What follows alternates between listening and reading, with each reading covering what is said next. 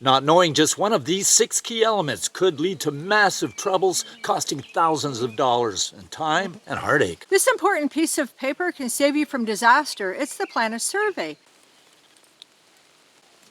Key element number 1 is the plan number. Each plan of survey is assigned its own number, which is part of the description, and you can get a copy of the plan from the realtor. Today we're walking the property lines of a simple survey, plus we're using a complex subdivision plan to show things that could be on a plan that you come across in your land search. While we're not real estate experts or lawyers, we've got over 30 years experience in property assessment and buying and selling real estate. Key element number 2, the unit of measure. Each plan of survey shows the unit of measure in either feet or meters. Make sure you check this because there's a big difference. I'm at 20 feet. And I'm at 20 meters. Don't want to get them mixed up.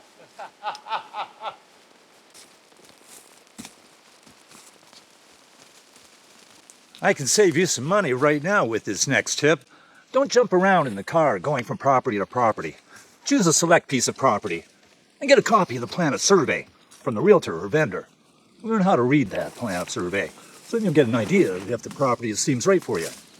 And if it is right for you, just jump in the car and ask for permission to walk the property lines from the realtor or the vendor. Key element number 3 is the scale of distance. Surveyors have to fit a lot of details onto one sheet of paper, so they scale everything down proportionately. That's where the scale of distance comes in. It's just the ratio between the real-life measurements and what's drawn on the plan. Remember that one house that we looked at had that big, beautiful front yard? Oh yeah, a huge front lawn there in front of the property. Yeah, I remember that. Everything looked great. Yeah, until we looked at the plan of survey. Turns out that the municipality had a road that wasn't extended. And they could extend that at any time, in which case we would have been, if we'd have purchased the property, we would have been drinking coffee off our front porch 3 steps away from the traffic, waving at the cars as they went by. Key element number 4 is the survey monuments. The survey monuments are the real stars of the show when you're out walking the property lines. These are the legal iron bars and red pegs that surveyors plant to mark the exact boundaries of the land. And trust me, you'll want to know what you're looking for. The legend on the plan is your cheat sheet. It tells you exactly what type of monument you'll be hunting for. Monuments. Not the same as cemetery monuments. Oh, no. These are legal monuments and you don't want to be playing with them.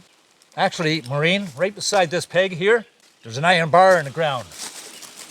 And sometimes surveyors add extra markers, like a tall wooden post nearby, to make the monument easier to spot. If you're really lucky, you might even find a blaze line. You know, a cleared path leads right to it. And it's just a matter of following that trail until you hit the monument. Easy peasy.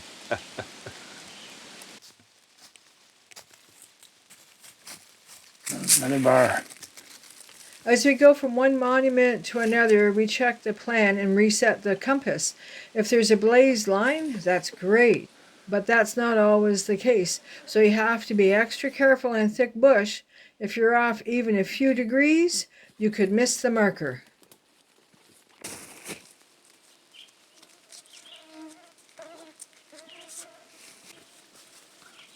The mosquitoes aren't bothering you too bad today, are they, Maureen? Oh, no, not at all.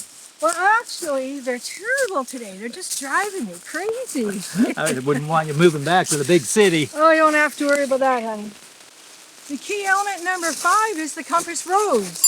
The compass rose is your best friend when you're walking in the bush, checking out the property lines, along with the coordinates and measurements on the map. They'll help you figure which direction you should walk in to go from one monument to the next. Here's a tip. Plans of survey are drawn using astronomical bearings, and the compass uses the Earth's magnetics. So it's important to set the declination of the compass to the location of the property before using it. Learn how to properly set your compass before venturing out. If you want to orientate specific things, say to the sunlight, then the compass will help you plan accordingly. And it'll even tell you if the lot lines will line up the way that you want for what you're trying to do. Exactly.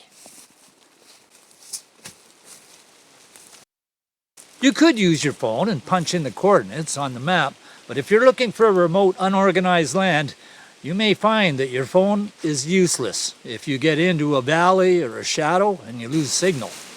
It's this way, Maureen. This could get a person in trouble. That's why we're using the old, reliable, low-tech method. A good compass is a reliable backup when you need it most. Here it is, Maureen. Here's the corner.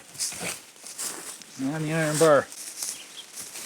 Key element number 6 is the current and historic information. And this could be a real gem for you. The bold lines in text. That's the reality today, the bold information. Then there's the faint lines in the text. The faint are the historic lines in text, and they could be the ghosts of the past. Sometimes those ghosts are a blessing, like what looks to be an old overgrown path could actually be a hidden driveway, and it could save thousands of dollars in access and development. Other times, those faint lines could be a warning of an old easement you didn't even know existed. Danger, danger, Will Robinson. And that easement could even prevent you from building where you want.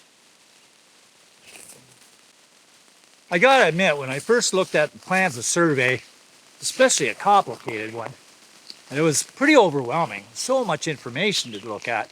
So I figured that the secret is just look at a tidbit of information that you need to look at for now, and then get more as you need. The cool thing is current information is super easy to see. And once you know what you're looking for, it's like a roadmap.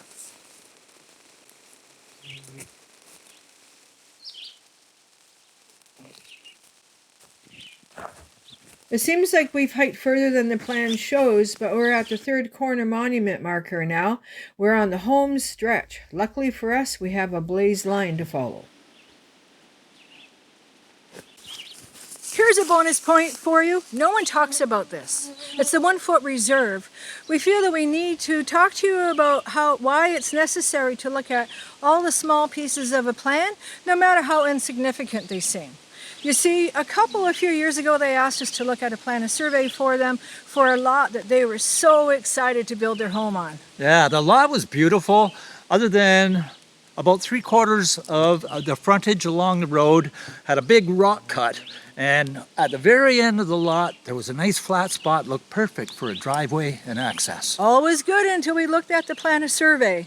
And the survey says there was a tiny 1 foot reserve right along that beautiful flat spot, right where they wanted to put their driveway in.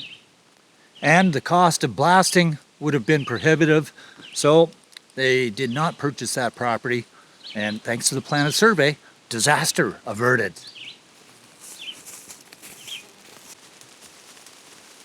Always look at the finer details. Sometimes that's where the secrets are. Here's the thing, survey plans don't tell you the whole story. They don't show if there's cliffs, if there's streams, if the property's flat and sandy, or if it's steep and rocky.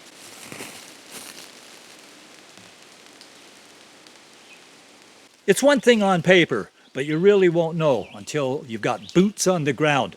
We once thought that we'd go for a nice, easy hike to check out a property and the survey stakes.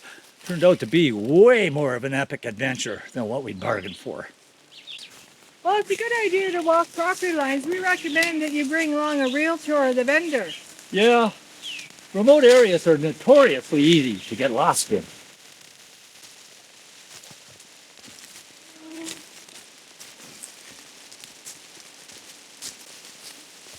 The plan of survey is your guide, but the land is the adventure. Always take your marking tape with you so you can find your way out.